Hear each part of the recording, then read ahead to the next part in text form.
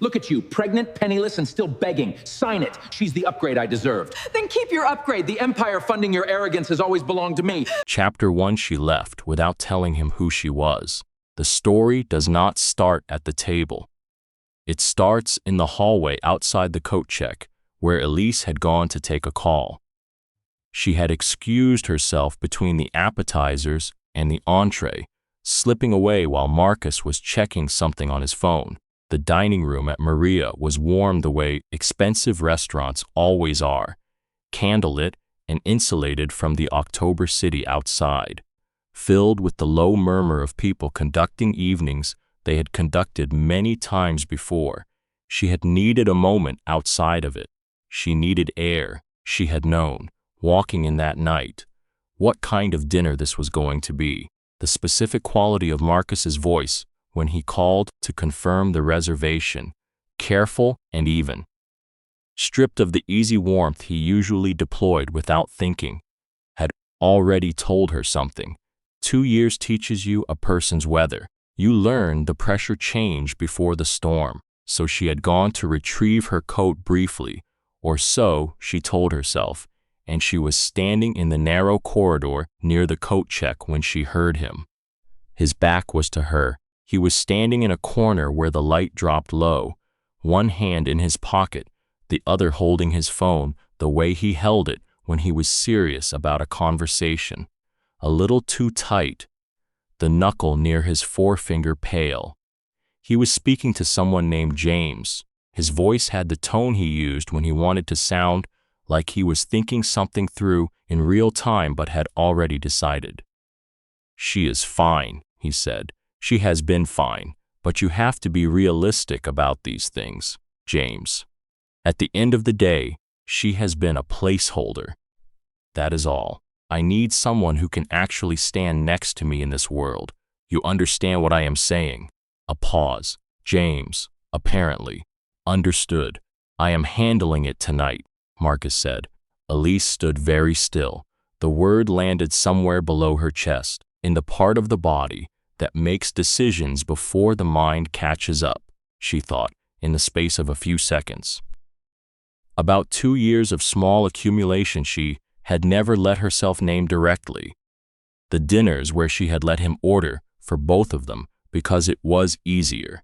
The client events where he introduced her simply as Elise, with a warm smile that made her sound like a pleasant footnote rather than a person with a history. She had told herself it was what she wanted, a life stripped of her family name, love that did not know what it was receiving. She had believed there was a kind of integrity in that, a kind of purity. Standing in a restaurant hallway listening to the man she had quietly organized herself around describe her to a friend as temporary, she understood for the first time what that belief had actually cost her. She went back to the table.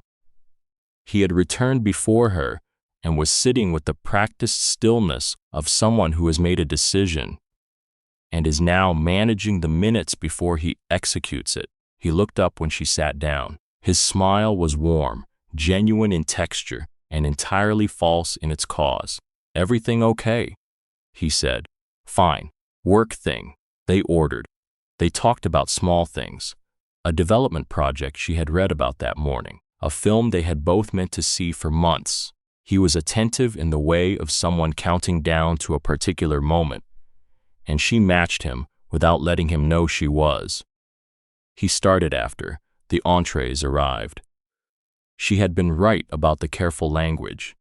He spoke about wanting different things, about the specific shape of the life he was building, about her deserving someone whose world fit hers more naturally. He did not use the word placeholder. That, evidently, was for hallways and phone calls with James. What he offered her at the table was softer and more considered, and in its own way more devastating. She listened. She had been practicing listening in rooms without showing what she was actually doing for 2 years. She was excellent at it by now. When he finished, she looked at him across the table for a long moment. She could see the readiness in his posture, the slight lean forward of a man braced for a scene, for tears, for some kind of counter-argument he could engage with or refuse. She reached for her card and set it on top of the bill before he could reach for it. Her hand moved quickly, and something slipped from her wallet. A second card.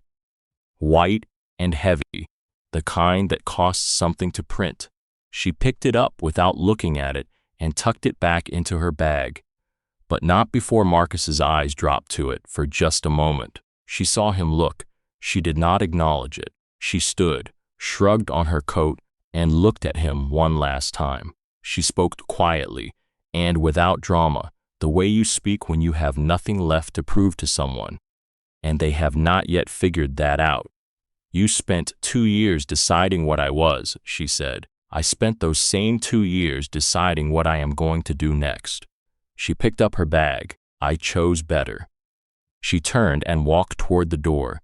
Near the exit, half screened by one of the restaurant's low-room dividers, was a small table with a single occupant, a woman in her late 50s, silver-haired, in a dark dress that fit her with the exactness of something chosen rather than worn. Diana Calloway was eating alone and doing it with the ease of someone long accustomed to commanding space without an audience. There was no second-place setting, no empty chair. She had not come here to meet anyone. Elise understood in the same instant she noticed her what this meant. Diana had not come for dinner. Their eyes met. Diana's expression was not malicious. It was something worse than malicious. It was the small, contained satisfaction of a person watching a sequence she arranged proceed exactly according to plan. And then, barely, almost imperceptibly, Diana lifted her wine glass in a gesture, so small it would have been invisible to anyone who was not looking directly at her. It was not a toast. It was a punctuation mark. Elise held her gaze for exactly 1 second, not challenging her, not performing anything for the room, just letting Diana know she had been seen in the act of seeing. Then she walked out. The October air caught her on the sidewalk. She stood for a moment with her coat still open, the street moving in its indifferent directions. She buttoned her coat carefully, one button at a time, and walked to where her car was waiting. In the back seat, she got out her phone. She texted Margot Chen, who had been her closest friend since the first week of Princeton, who was the only person she could call right now who already knew everything. Taking the seat, Monday. The reply came back in 4 seconds. Finally, coffee will be ready. Elise set the phone face down on her knee and watched the city pass the window.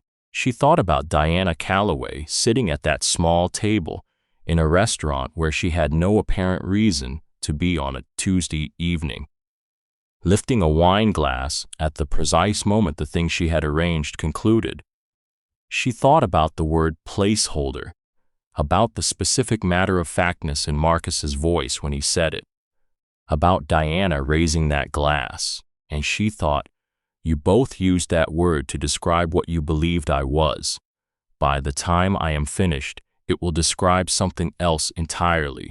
It will describe what you had and let go and cannot get back. She scrolled to a number she had not dialed in almost 3 years. Her father had made her memorize it when she was 22. A lawyer, a specific kind of lawyer, the kind you call when what you are about to do is irreversible, and you need someone who understands that completely. The lawyer picked up on the second ring. I am coming in, she said. Monday morning, please tell the board. A pause, not surprise. The sound of something long held in readiness being released. Of course, Ms. Vance, he said. We will be ready. She hung up. She looked at the city for a while longer. The grief would come later. She already knew this about herself. She felt things after the impact, not during it, in private, completely, until there was nothing left of them to feel. But sitting in the back of this car with the October city, running past the windows, and a phone call made that could not be unmade, she felt something else underneath the grief, the very specific relief of a woman who has been holding a river back for a long time and has finally decided to stop. Her father had built Vance Holdings from a single commercial property in Midtown in 1989 into one of the most significant private real estate portfolios in Manhattan. Air rights, ground leases, development permits, and long-term easements on properties whose value most people did not track until they desperately needed something the Vance portfolio controlled. He understood the specific power of owning the thing other people did not know they would someday need. He died 14 months after the argument that had ended their speaking relationship. A heart attack in February. In his office at 7 in the evening, she had driven back from a job site and sat with him at the hospital for 6 hours before it was over. They had not resolved the thing between them because neither of them understood the clock was running low. The not later of it was what she lived with. His will was unambiguous. Sole heir, full controlling interest. Gerald Holt, her father's most trusted advisor for 27 years, had called her the morning after the funeral. The board was ready whenever she was, he said. He would wait as long as she needed. For a year she had not come. She had gone back to her apartment, her job at the architecture firm, the relationship with Marcus that had started 4 months before her father died. She had used that relationship, honestly if not proudly, as a reason to defer any decision larger than tomorrow. She had not told him who she was. She had meant to. There had been 100 moments when the opening was natural, and in each one she had let it close until the omission had become something she could no longer easily name or undo. And then Marcus had gone to dinner on a Tuesday in October and used a word in a hallway that described exactly what the omission had allowed her to become. She called Margot at 11 that night. The dinner was the dinner, wasn't it? Margot said. It was not a question. He called me a placeholder. On the phone, in the hallway. I was 3 feet away, and he did not know it. Did you tell him you heard? No. Did you tell him who you are? No. Good, Margot said. He does not get to know that now. That belongs to you and to your father's company, and to what you are going to build with it. It was never something he earned. Marcus called twice after that. She let the calls go. His voicemails were thoughtful and said nothing she needed to hear. She did not respond. Some silences are not rudeness. Some of them are just the space a person takes when they are already somewhere else. On Sunday evening, she texted Margot, "See you Monday."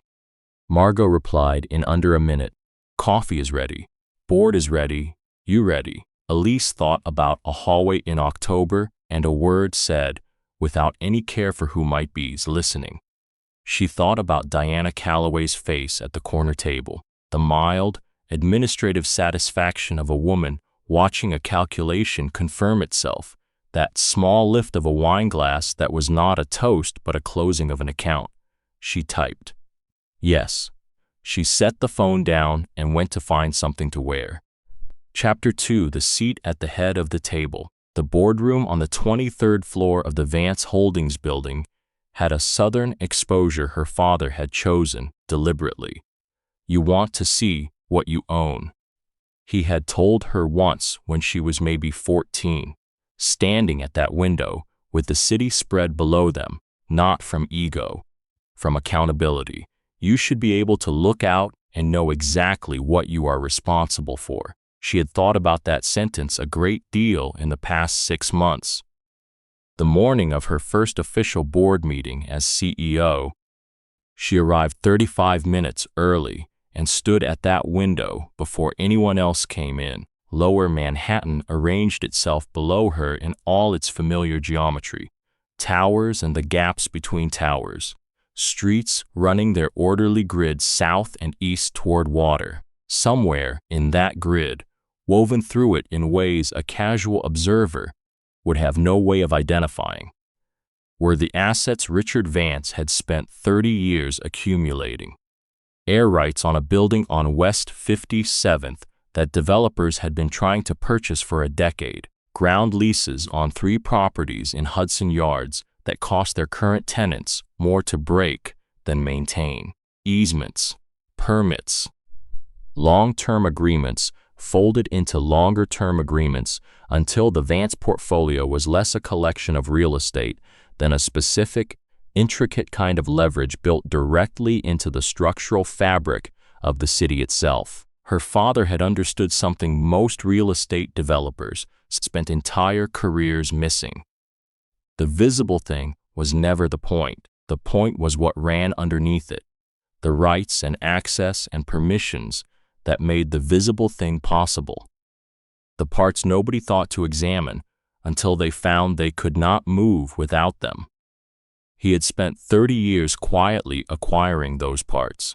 He had left her an empire most people in the city did not know existed in quite the form it did. Margot Chen came in at 8:15, as she always did, exactly 20 minutes before anyone else, carrying 2 coffees and the leather portfolio she had owned since business school. She set 1 coffee in front of Elise without comment, took the CFO chair to Elise's right, and opened her folder. Watkins is going to push back on the West Chelsea permit timeline, she said. He has been working the other board members since Thursday. If you let him set the frame in the first 10 minutes, the whole meeting goes sideways. I know, Elise said. I will set the frame. Margot looked at her over the rim of her coffee. She had a specific look she used when she was deciding whether something needed to be said out loud or whether the situation would handle itself. You sleep. Some is enough. Jeffrey Watkins has been on this board for 11 years. He ran 3 of those years the way he wanted to run them, meaning he made a lot of noise and your father ignored him and things still got done. He is going to test you because he does not know yet what kind of immovable object you are. He is about to find out, Elise said, and in that small exchange, in the coffee and the folder and the particular ease between 2 women who had known each other since they were 18 and had never needed to perform anything for each other, Elise felt something she had not felt in a long time. Not relief exactly. Something steadier, the feeling of being in the right room at the right time with the right person beside you, and knowing it. The board filed in at 8:30, 12 people, a mix of old loyalists who had known her father for decades, and newer members added during the company's most recent expansion period. Gerald Holt came in near the back of the group, silver-haired and deliberate in the way of men who have spent a long time navigating rooms. He caught her eye as he sat down and gave her a brief nod. She returned it. Watkins made his move in the first 7 minutes, as Margot had predicted. Pivoting a routine agenda item about the West Chelsea timeline into a broader question about whether the company's current expansion pace was prudent given the transition. That last word carried a slight emphasis that communicated everything he thought he was sitting across from. Elise let him finish. Then she walked him through the numbers. Not from notes, from memory. Watkins recognized the exit she was offering and took it. That evening, instead of going home. Elise took the elevator to the 14th floor. The physical archive room was at the end of a corridor that smelled of old paper and the specific stillness of a space that has not been opened often. Her father had maintained the room himself for 30 years, refusing to move everything to digital storage on the grounds that the things worth protecting should exist in a form you could hold in your hands. Floor-to-ceiling shelves, color-coded by year, her father's system, which she knew because she had helped him build it one Saturday when she was 12. Labeling folders while he explained the logic of it. She was not looking for anything specific. She was following a feeling she had been sitting with since the board meeting, since watching Gerald Holt nod at her with the warmth of a man who believed himself entirely welcome in this room. She found it in the advisory correspondence section, dated 3 years back, a letter, handwritten. Her father's hand, addressed to Gerald Holt, never sent. She read it once and then read it again to make sure she had understood it. It was not accusatory. It did not name anything specific or alarming. But in the careful, deliberate language of a man who chose every word because he believed words had weight, her father had written, "Gerald, I have been noticing something in the routing of external inquiries that concerns me. I want to understand it before I bring it to the board. I am asking you to prepare a complete accounting of all third-party contacts you have managed independently in the past 18 months. I expect transparency because I have given you 30 years of it." The letter was dated 8 months before her father died. Elise stood in the archive room with the letter in her hands and let the full meaning of it arrive. He had known, not everything, not the shape of what she had yet to find, but he had noticed something, and he had written a letter, and he had never sent it. She would never know why, whether he ran out of time, or was waiting for more information that never came, or simply could not bring himself to look squarely at what the answer might be. She put the letter back exactly where she had found it. She photographed it first, carefully, with her phone. Then she replaced it precisely as it had been. She took the elevator back up to her office, sat at her desk, and called outside counsel. "I want a full transition audit," she said. "Everything that has moved through Gerald Holt's office in the past 3 years, not 18 months, 3 years, have outside counsel run it and do not inform Gerald until it is complete." The Callaway inquiry landed the next afternoon. Margot called at 1:53 with the complete picture. A Delaware-registered entity resolving to Callaway Development Holdings, a 90-story mixed-use tower on Manhattan's far west side called the Callaway Hudson, announced in March and committed to investors. Structural support easements and utility corridor rights running through a Vance Holdings subsidiary parcel. Without Vance's written cooperation, the project could not legally break ground. "He knew I was coming in," Elise said. "I told the board in October." "Yes," Margot said, but the inquiries kept sitting. "Every one of them, everyone," Margot confirmed. Elise looked at the city outside her window. The Callaway Hudson, Marcus's project. The project his company had committed to investors and could not build without something she controlled. She thought about a hallway at Maria, about a word said without any care for consequences. "Set up a response," she said. "Tell them we will schedule a meeting. My calendar." She paused. "Do not disclose my name in the initial communication." Margot was quiet for exactly 2 seconds. "Understood," she said. Across the city and slightly north, Marcus Callaway was having a worse week than anyone in his office was willing to say directly. He had known about the easement problem since week 3 of the access requests going unanswered, when his project lead Dana Pierce came into his office and closed the door behind her. That was how she signaled that what she was about to say was not for the open floor. The Callaway Hudson was fully committed. 8 weeks from a scheduled groundbreaking ceremony with investor guests and press, and the kind of announcement you could not quietly uninvite. The site was cleared, the foundation engineering was complete, and the utility corridor and structural support access they needed ran through a Vance Holdings parcel that was apparently unreachable because the estate was mid-transition and no one was answering on the other side. He had tried 4 approaches since then. The LLC inquiry, the attorney letter, the intermediary firm. All of them hit the same wall. 7 weeks of careful, professional attempts to reach an entity operating in deliberate silence. He had been in enough difficult negotiations to recognize the difference between silence that was negligent and silence that was strategic. On Tuesday evening at the Metropolitan Club, Courtney Ashbridge was beside him, dressed for exactly this room, moving through the cocktail hour with the practiced ease of someone raised for precisely this kind of social mechanics. His mother had introduced them 6 months ago, as though the timing were a coincidence, which with Diana it never was, on the way to the table. Courtney touched his arm. "You are in your head," she said pleasantly. "Work thing, the Hudson. Adjacent to it. My friend Alexis sits on a charitable board with someone connected to the Vance estate. I could have her make an inquiry. Sometimes these things just need the right introduction." Marcus looked at her for a moment.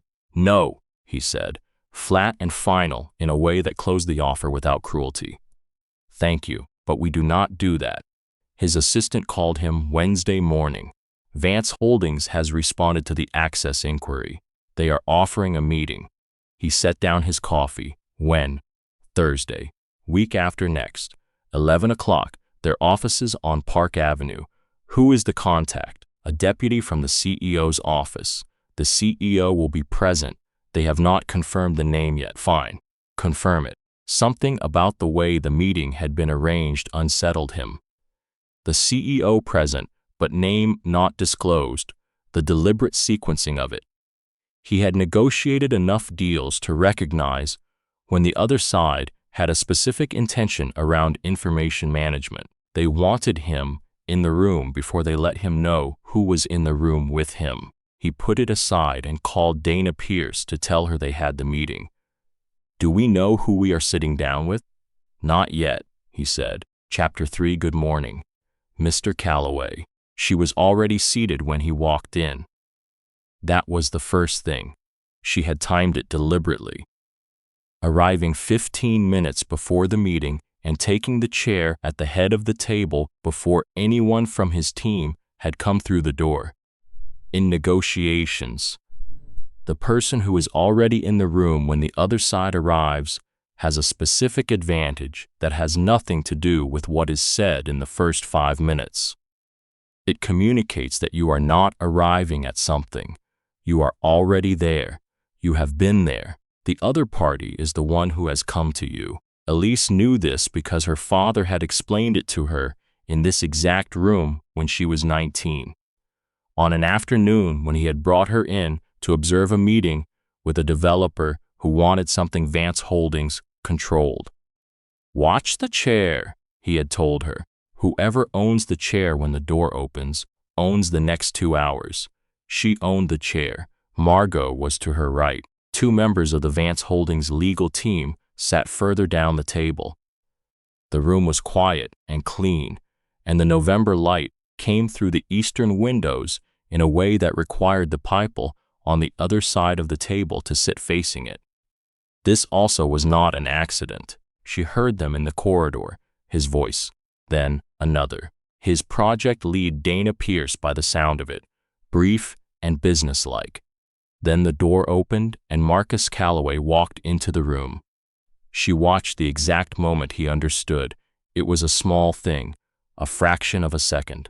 His forward motion faltered almost imperceptibly before he recovered it. His eyes found her, and his face did not change, but there was a rearrangement happening underneath the surface that she could see because she knew exactly what his face looked like when something caught him genuinely off guard.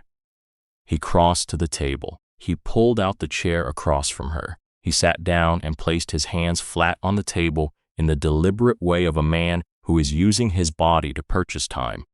"Elise," he said. "Mr. Calloway," she said. "Thank you for making the time. I was not aware." Marcus started. "The meeting materials are in front of you," Elise said pleasantly. "Shall we begin? I have another commitment at 1.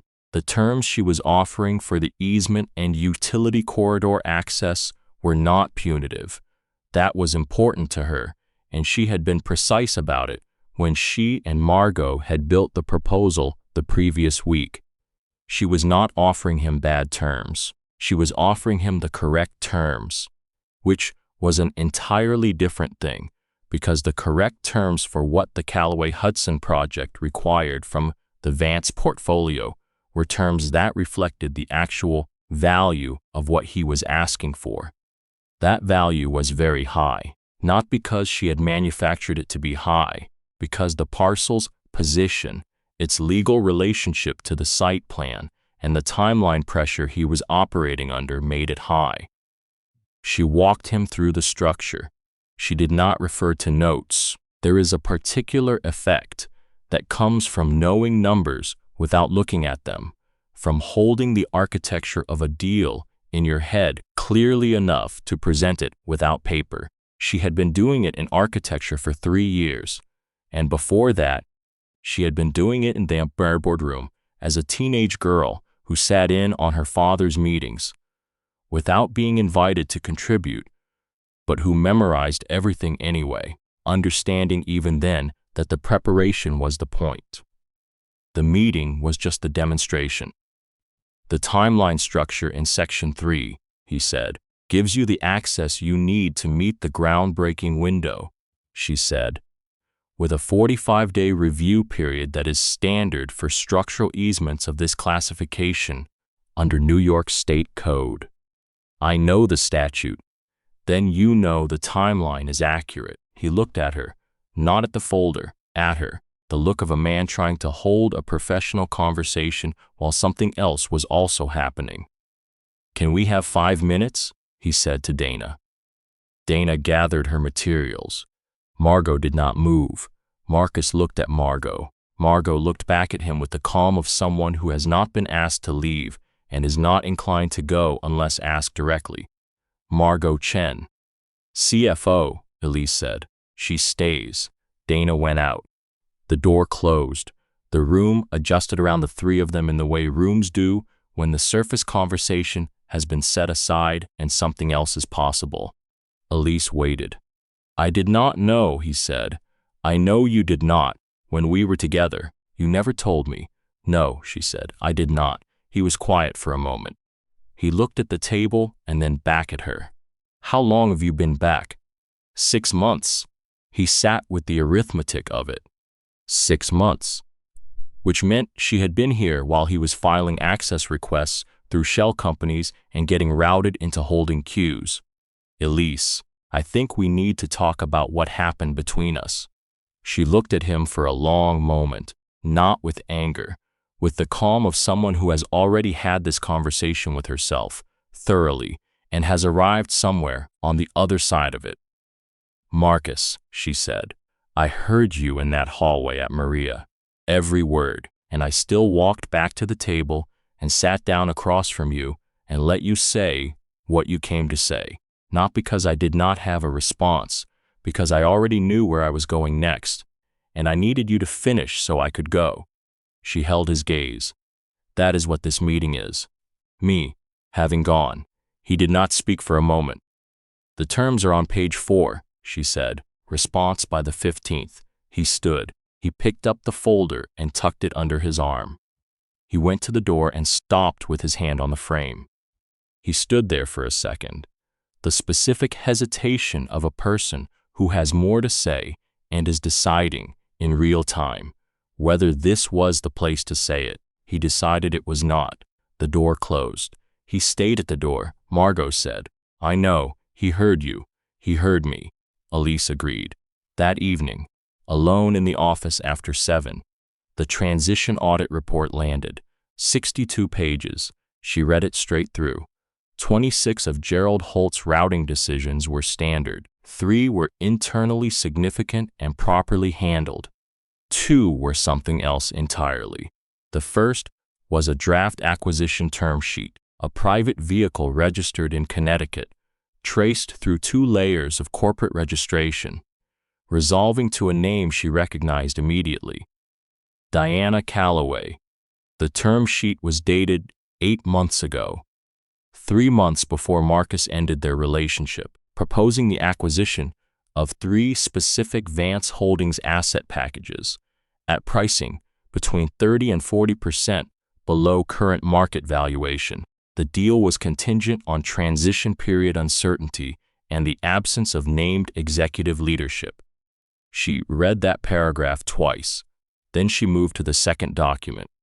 An email chain, 9 months old, between Holt and Diana Calloway. Holt had printed it and filed it himself in a secured subfolder of his archived office files. The subject line read, Vance, placeholder strategy. Elise sat with that for a long moment, the same word, in a document 9 months old, filed by the man her father trusted most, in a folder bearing his name, in a correspondence chain with the woman who had lifted a wine glass in a restaurant in October to mark the conclusion of something she had arranged. She read the chain. Diana's first message established the premise with the efficiency of a woman accustomed to getting to the point in private. She had identified the Vance estate as an acquisition target following Richard Vance's death. She believed the transition period, with no named successor, created a narrow window for certain asset packages to be acquired at favorable terms. One message, in early September, referenced the current personal situation as a factor in timing. One message, in late October, 3 weeks after Marcus had ended the relationship, said, "That has been resolved. We have a cleaner window than we thought. How is the board's cohesion?" Holt had replied, "Holding. The seat is still unfilled. She will take longer to come around than people expect." Diana's final message was dated 4 weeks before Elise called her lawyer from the back of a car. Patience. These things require patience and the right conditions. We have both. Elise closed the document. She called Margot. "Are you still up?" she said when Margot answered, doing the West Chelsea revised numbers. "What is it?" "I am sending you a document. Read the subject line first." She heard the keyboard. A pause. Then silence, the specific quality of someone reading something that requires all available attention. Vance, placeholder strategy. Margot said aloud, quietly, as though saying it made it more real. "She named it." Elise said, "She named it." Margot confirmed. A long pause. "Elise, she knew who you were before Marcus ever brought you to a family dinner. At minimum 9 months before," Elise said. She identified the transition as a window, and she was already in contact with Holt before the relationship was ever a real factor. The word Marcus used in that hallway at Maria, she gave him that word. Not the word itself, probably, but the frame. "You are not appropriate. She is not the right fit. She is not someone who can stand next to you in this world. She built the way he saw me, and then she built a timeline around what he did with it." "I need a day with this," Elise said, "but I know what I am going to do with it." "Tell me."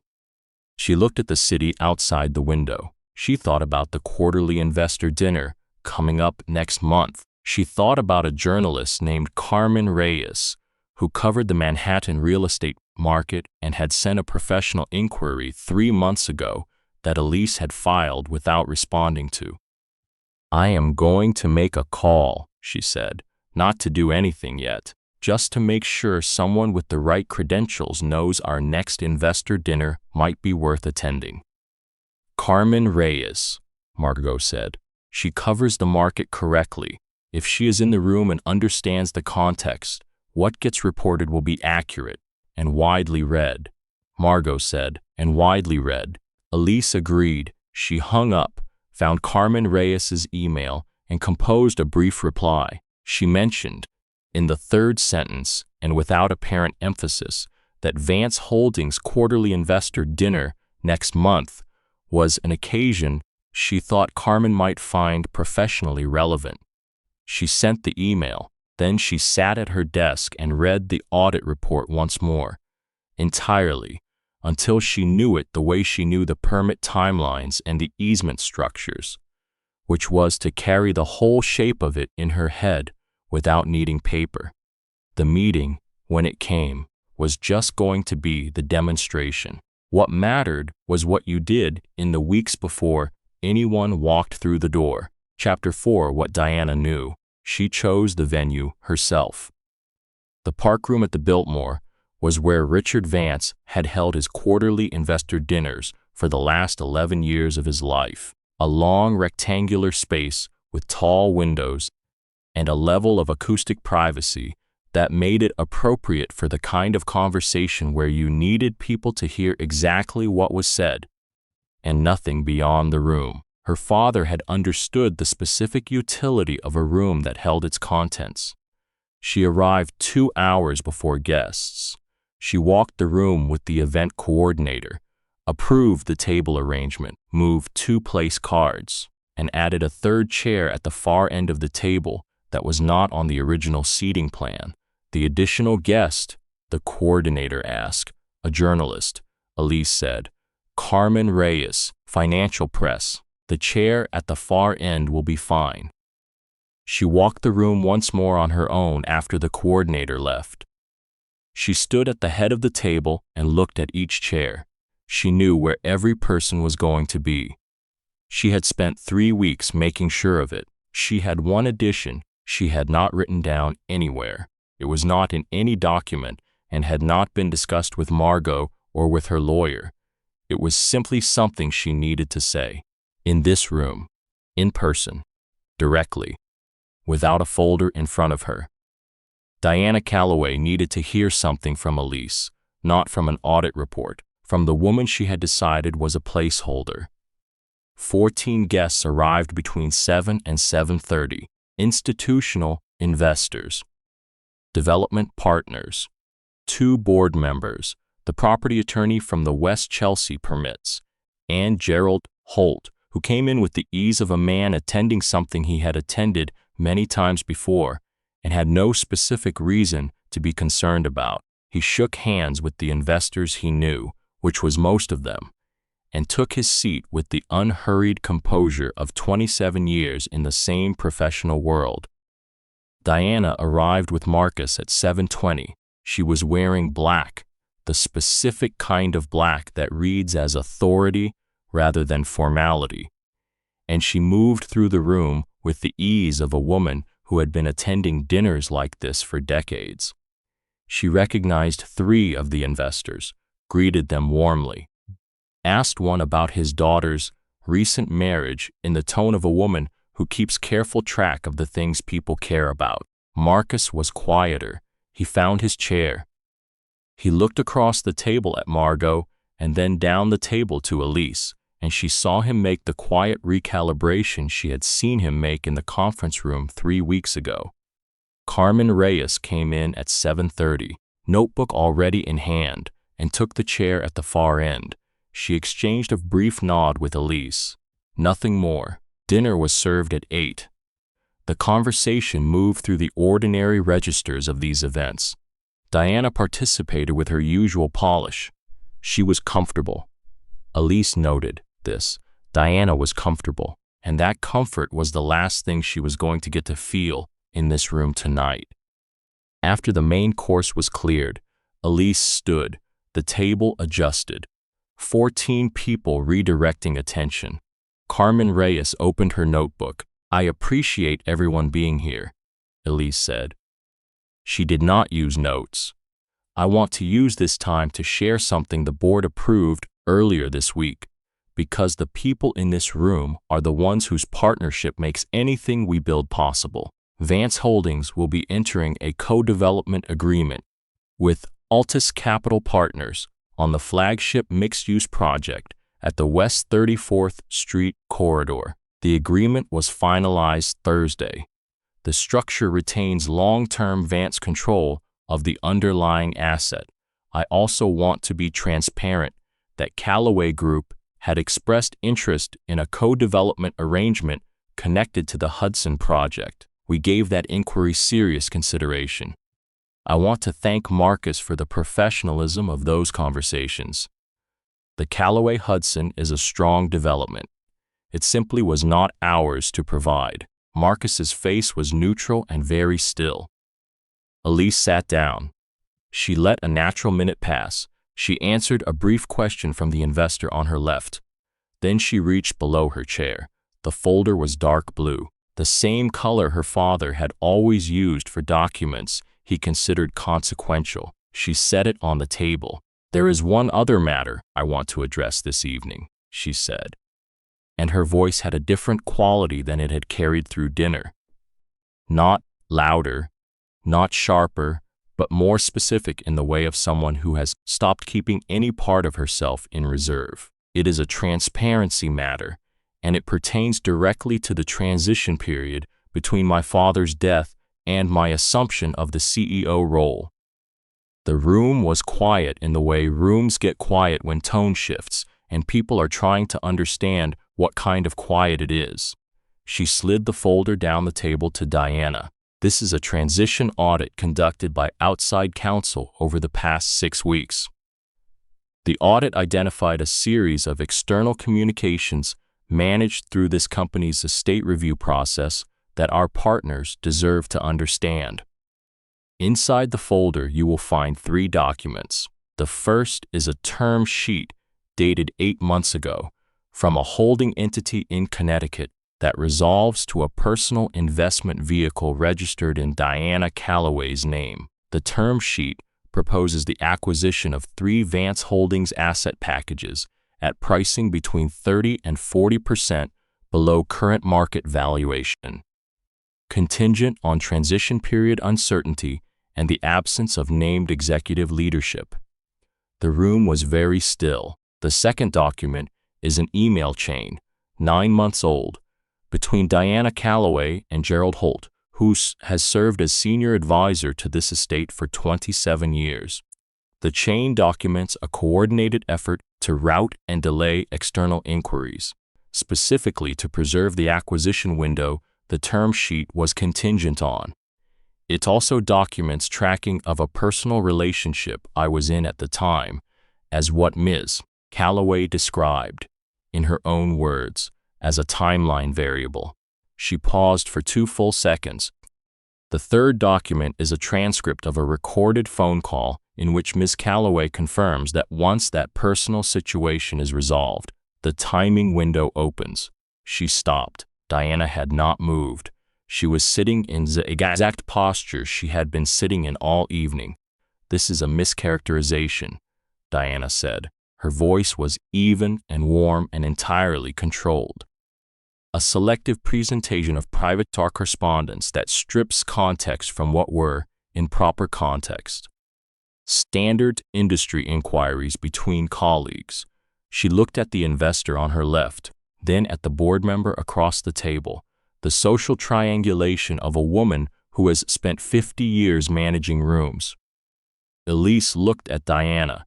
She did not look at the folder. She looked at Diana Calloway across the length of the table, in front of 14 people and a journalist with an open notebook, and she was very calm in the specific way of someone who has been waiting for exactly this sentence and knows precisely what comes next. "Diana," she said, just the name once, in the tone you use when you are done, pretending something is more complicated than it is. "Your email to Gerald Holt is not a mischaracterization. It is your document, your name at the top, your words, sent to the man my father trusted most in this company." She paused for 1 beat, just one, "and you labeled it yourself, with the same word your son used to describe me in a restaurant hallway." She looked at her directly, without blinking and without anger. "I have been called a placeholder twice in my life, once by a man who was repeating something he had been taught to believe, and once by the woman who taught him." She let that sit in the room for exactly 2 seconds. Both times, the word was wrong. Nobody spoke. Not the investors, not the board members, not Marcus, not Gerald Holt, who was looking at the tablecloth in front of him. Carmen Reyes had stopped writing. She was simply watching. Diana's hand, which had been resting on the table with the stillness of someone in full control of their body, moved, not dramatically, not in a way that could be called visible collapse, but it moved down to her lap in the quick way of someone removing something from sight before it can be read. The room saw it. "I want to be transparent with our partners," Elise said, and her voice returned to the register of the evening, clear and steady. "Because you deserve to understand how this company has been governed during the transition and what governance looks like going forward. Thank you for being here. She sat down. Diana stood. She picked up the folder. She made her goodbyes in the voice she used when a situation required the appearance of continuity. Warm and brief and controlled, and she moved toward the door. Marcus did not move immediately. He sat in his chair for a long moment after his mother stood, looking at the folder she had taken. Then he stood and followed her out. When the last guest left, Elise and Margot sat alone at the long table. "How do you feel?" Margot said. Elise thought about it honestly. "Like I said what needed to be said." "You did," Margot said. "You said it from you, not from the documents. That is the difference." Elise nodded. She looked at Gerald Holt's water glass, exactly where he had left it when he stood to go. Not pushed in, not moved, just left. "He did not say a word," Elise said. "No. That is the thing I did not expect to feel this way about." "He knew your father for 27 years, Margot said quietly. "I know. That is why it is the thing." Margot's phone showed a notification. Carmen Reyes was asking if Elise wanted to review the piece before it went live. "Tell her no," Elise said. "Tell her I trust her judgment." She put on her coat. She did not go home. She drove herself downtown, without a destination for the first 10 minutes, letting the late December city determine her direction. She ended up on the block in the West Village, where she had lived for 3 years. A narrow brownstone on a side street she had chosen because it was close to a coffee shop she liked, and had no strategic significance whatsoever. She had loved it the way you loved the first place, that is entirely yours, with no inherited anything in any corner of it. She parked and stood in front of the building. The lights were on in the 3rd floor. Someone else lived there now. The coffee shop on the corner was still open. She had come here because she needed to stand somewhere that held the previous version of herself. She needed to visit who she had been in this building. This woman who hid her name because she wanted to know whether she could exist without it, and to stand outside that version of herself with the full understanding of what it had cost and what it had given her and what it was time to stop carrying. She stood there for a while. Not long, just enough to feel the weight of the leaving of it, which was a real weight even though the leaving was right. Her phone had been on silent. She checked it when she got upstairs. One from Marcus, sent at 10:58. "I did not know about any of it. I want you to know that." She read it twice. She did not reply, not because she did not believe him. She thought she did believe him, but "I did not know" was not an ending. It was barely a beginning. At 6:03 in the morning, Carmen Reyes's piece went live. By 7, it was the most read piece on the publication's site. By 8, the headline had been picked up by 4 other outlets. Inside the Vance comeback. How Manhattan's newest billionaire took back her father's empire and exposed a decade of manipulation in the process. She read it over her first coffee. She poured a second cup and got to work. Chapter 5, What It Cost, What It Built. Carmen Reyes's piece ran at 6:03 in the morning, and by 8, it had more reader engagement than anything the publication had run in 3 months. By noon, it had been picked up by 4 other outlets. By late afternoon, it had moved through the specific network of people in Manhattan who track real estate power the way other people track weather, with the understanding that what moves through that system eventually affects everything else. The headline was factual. The piece was factual. It named what it named with the precision of a journalist who had done serious verification before she sat down to write. It named Diana Calloway. It named Gerald Holt. It did not editorialize. It did not need to. The board session was the first thing. Holt had called for an emergency session the morning after the investor dinner. She had expected this. A man who had spent 27 years in rooms like this one did not absorb a public disclosure on a Thursday evening and go quietly into private life by Friday. The session was called for Tuesday, 10 in the morning. 7 of the 12 board members were able to attend on short notice, which was itself a piece of information. The 5 who were not there sent deputies or sent nothing, and the ones who sent nothing had communicated something that Holt, if he was paying attention, would have registered.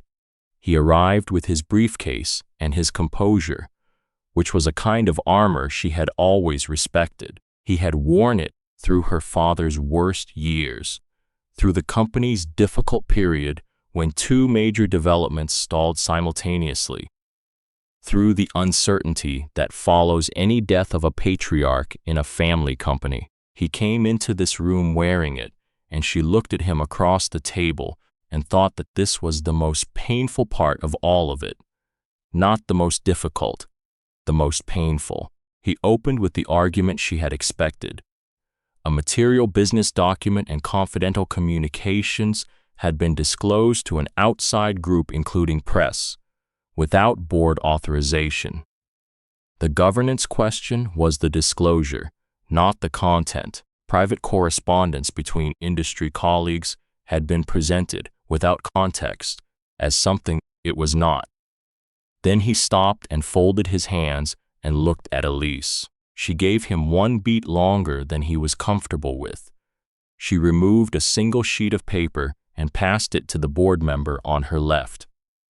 This is the legal analysis from outside counsel on the question of disclosure authority, she said. A CEO has full authority to disclose material information to investors at an investor event when that information is directly relevant to how the company has been governed. The audit findings qualify under 3 separate precedents. She removed a second sheet. This is a summary of the routing decisions made through Gerald's office during the transition period, cross-referenced against his stated advisory authority under the estate's operating agreement. You routed 31 external communications during that period.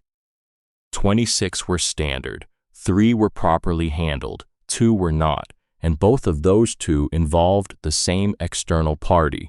She set the sheet down. That is not industry networking. That is a pattern. I want to say something outside the procedural frame, Elise said, and something changed in her voice. My father trusted you for 27 years, not as a vendor, not as a contractor, as someone he believed was in this company's corner. He brought you to dinners I attended. He asked your opinion on decisions that mattered to him personally.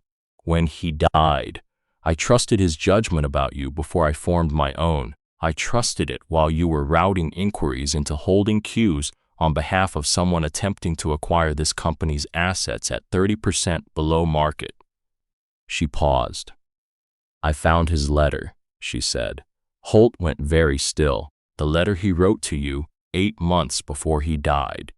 The letter he never sent. He had noticed something in the routing of external inquiries, and he was asking you to account for it. She looked at him directly. He trusted you too much to send it, and he ran out of time. I am not going to run out of time, Gerald, and I am not going to make his mistake. The room was quiet in the way. Rooms are when something has been named that cannot be unheard. She called the vote, 9-2 in her favor. Holt placed a single envelope on the table in front of her. The resignation had been written before the session. He had known how the vote would go. She gave him credit for that. He stood and picked up his briefcase. Gerald, she said. He stopped. Part of you needed to be found out, she said quietly. I think you know that. I think that is why you kept the emails in a physical folder and put them somewhere an audit would eventually reach. You are not a man who does things by accident, whatever you needed from being found. I hope you got it. He did not answer. He walked out, and the door closed behind him with the quiet of something finished. The second thing was Diana. There is a real estate industry event held every January in the grand ballroom of a hotel on Park Avenue. It draws the significant players, and it has been going on long enough that it functions as a kind of annual accounting a place where people take stock of who is standing and where and how firmly. Diana Calloway had been a fixture at this event for 15 years. This year she was in attendance, and Elise was in attendance, and neither of them had come expecting the other. Elise was in a conversation with the Altus Capital managing director when she became aware of Diana across the room.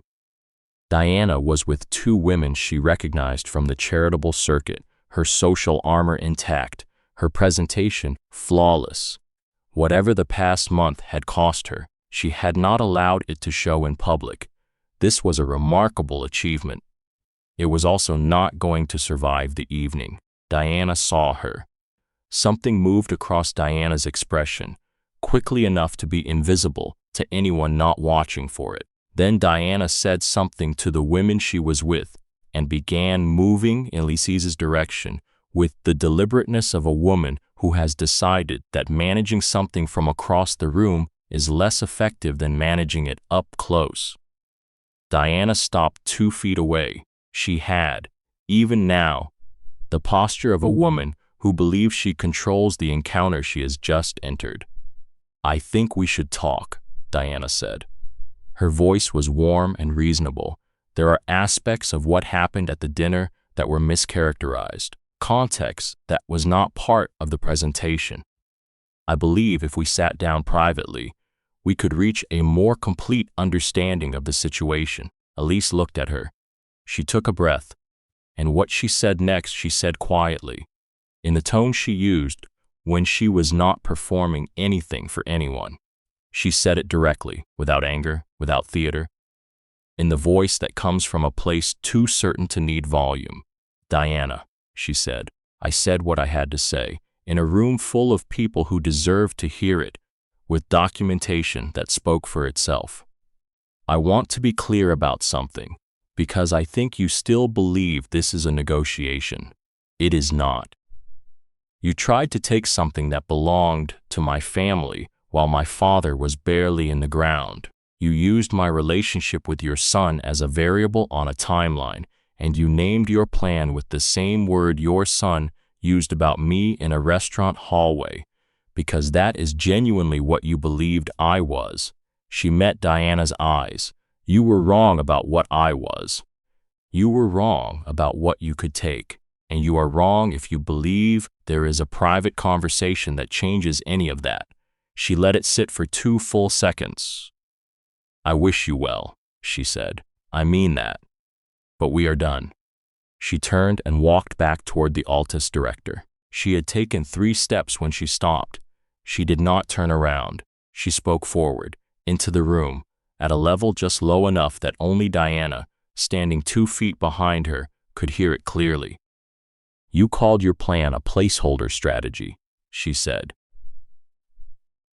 "I want you to think about what it means that the placeholder was the one person in the room you could not manage."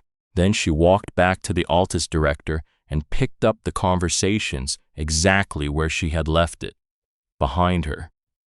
Diana stood where she was. The 2 women she had been speaking with had seen the shape of it, which was something a room like this was very good at reading. They had seen Diana approach, and Diana stopped, and Diana standing alone while Elise walked away and resumed a business conversation without looking back. In a world built on the reading of power, that image communicated everything. One of the women found a reason to cross the room, not toward Diana. Diana stood alone near the edge of the gathering for a few minutes longer. Then she left. There was no scene. There was no raised voice and no visible drama. There was simply a woman who had spent 15 years commanding every room she entered, standing in a room that had reorganized itself around her absence from the center of it. That was the defeat, not one big moment, the quiet, absolute kind that comes when the world decides it has moved on and does not bother to announce it. Before he ended things with Courtney, Marcus went to see his mother. He sat in the chair across from her without being invited to sit. He had always been a person who waited to be offered the chair. She noticed the change immediately. Frankfurt, he said. The conference dinner, September. You arranged my seating next to someone from a company connected to a deal you were working around. Was that managed? That was a different situation entirely, Diana said. The concern you expressed about Elise, he said, was it what you believed, or was it what you needed to be true? She set down her wine glass. I expressed concern about the relationship. That is what mothers do. You had a term sheet for her company dated 3 months before you expressed that concern, he said. I need to know if those two things were connected. I identified a business opportunity, Diana said carefully. That was separate from my concerns about your personal life. Separate, he said. Yes, he was quiet for a long moment. He was looking at her with the expression she recognized from his childhood, not anger, something quieter. Which one came first, he said. Diana looked into the fire. She said nothing. He stood. He put on his coat, which he had kept on through the entire conversation. I am going to need some time, he said. She did not ask for what. She already knew. He let himself out. The third thing was the notebook. Marcus came on a Tuesday evening in late December. Elise was at her desk at 7:15, working through the final easement documents. She heard him in the corridor before he knocked. She recognized the specific way he walked, which was not something she had expected to still know. Come in, she said, before he could knock. He opened the door and stood in the doorway. He was carrying something she did not immediately register. He came in and took the chair across from her desk, the choice of a man who had not come to be comfortable. He placed the thing he was carrying on the desk between them. It was a sketchbook, small, cloth-covered, dark blue, the corners worn in the way of something that had been in a bag for a long time. She recognized it in the same instant she saw it. She had bought it in her first year at Hale and Brennan, when she had been in the habit of carrying a small book to write down proportions she found beautiful, the way some architects do. I found it in the back of a closet, he said. I was clearing things out this week. It was in a box from my apartment move. I think you left it at some point. She reached out and picked it up.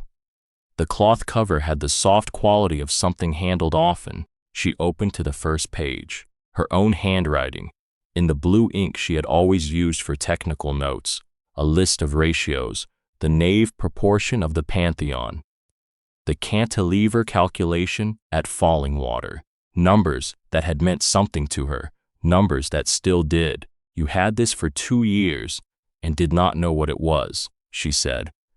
I thought it was something I had picked up at a conference. She set the sketchbook down and looked at him. He was sitting with his hands folded on his knee in the way of a man who has decided not to reach for anything tonight. I went to see my mother, he said. I asked her directly whether her concerns about you were what she believed or what she needed to believe, because she had a business reason to want us separated, and she could not tell me which one came first, which means she held both of those ideas at the same time and saw no contradiction in it. He looked up. I have been doing a version of that my entire life, letting my mother frame what I should want, and then telling myself those were my own conclusions. That is how I walked into a conference room 6 weeks ago and found myself sitting across from the most significant person I had ever been in a relationship with, unable to have a conversation that was not about easements. I came here because I needed you to know that I know what I did, not to ask you to do anything with that, just because you are owed someone knowing it. I will tell you what it cost me, she said. I spent 3 years hiding who I was because I wanted to find out if I was anything without my name. I wanted someone to know me before they knew what I was worth. And what happened instead is that hiding myself gave people permission to make decisions about me without all the information. You made a decision about me without all the information. Your mother made a plan around what she believed I was, which turned out to be considerably less than the reality. I do not regret the 3 years. I needed to know what I found out. But hiding yourself to be loved is not protection. It is an invitation for the wrong people to define your edges. I am done with that, he nodded slowly. Not in the way of someone agreeing with a position, in the way of someone receiving something true as true.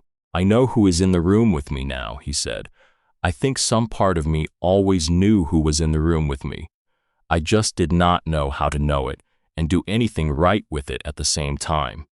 I am going to need time, she said.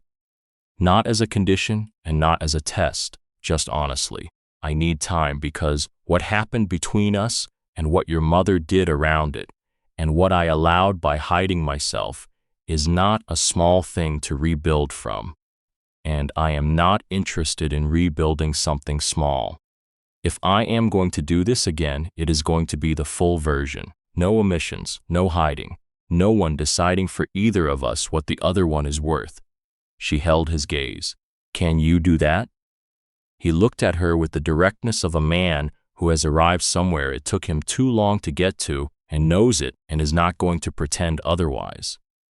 Yes, he said. She nodded once. Come back Saturday, she said. I will not be in the office. I will be at the apartment of a friend of mine who makes better coffee than anyone in the city. You can tell me what you have been working on, and I will tell you what is next for the company. She held his gaze. We will see what a real conversation looks like, between people who know exactly who they are talking to. He stood. He put his hands in his coat pockets, which was what he did when he was resisting the impulse to reach for something. She had always known that about him. Some things 2 years teaches you regardless of how the 2 years ends. Saturday, he said. Saturday, she confirmed. He went to the door. This time he looked back. Elise, he said. I know, she said. Go. He smiled, properly, the way she remembered from before everything got complicated. Then he left. She sat at her desk for a few minutes after. The permits were where she had left them. The city moved outside the southern windows in its ordinary, magnificent way. She picked up the sketchbook and opened it to the first page, the list of ratios, her handwriting, the proportions she had found beautiful in the years when she was nobody from nowhere, drawing load calculations at a desk in Midtown and riding the subway home and believing that the best thing she could offer anyone was the version of herself that did not come with a name attached. She understood now what that version had been missing. Not the name. The name was just a name. What had been missing was the willingness to take up all of the space she actually occupied, to let herself be entirely seen, to stop editing herself down to a size that fit inside someone else's framework for what she was allowed to be. She was done with that. She closed the sketchbook and set it in the corner of her desk, not in a drawer, not filed away. In the corner, where it would be visible tomorrow and every morning after that. She had never been a placeholder. She had been the answer to a question nobody had thought to ask yet. She turned back to the permits. She worked until 9. Then she went home through the December city, walking instead of taking the car, the cold air doing what December air does in New York, cutting through everything and making you feel the specific, undeniable fact of being alive. And in the middle of it all, in the morning she was at her desk by 7:30. Margot arrived at 8 with 2 coffees and the week's priority folder and set both on the table without ceremony. They went through the agenda. The West Chelsea permits were on track. The Altus partnership had cleared its first regulatory milestone. 3 investor calls were on the books before the end of January, on the corner of the desk, where it had sat since the night before. The dark blue sketchbook rested, with its worn corners and its pages full of proportions. Margot noticed it. She did not ask. She understood the specific weight of things returned to a room after a long time away, and she understood that what mattered was not what the object was, but where it had been placed. Anything else this morning? Elise said. Nothing that will not keep, Margot said. Good. Elise opened her laptop. The city was doing what it always did, running its ordinary morning in all its directions beyond the southern windows, the light coming in clear and direct, showing exactly what was there. She began her day.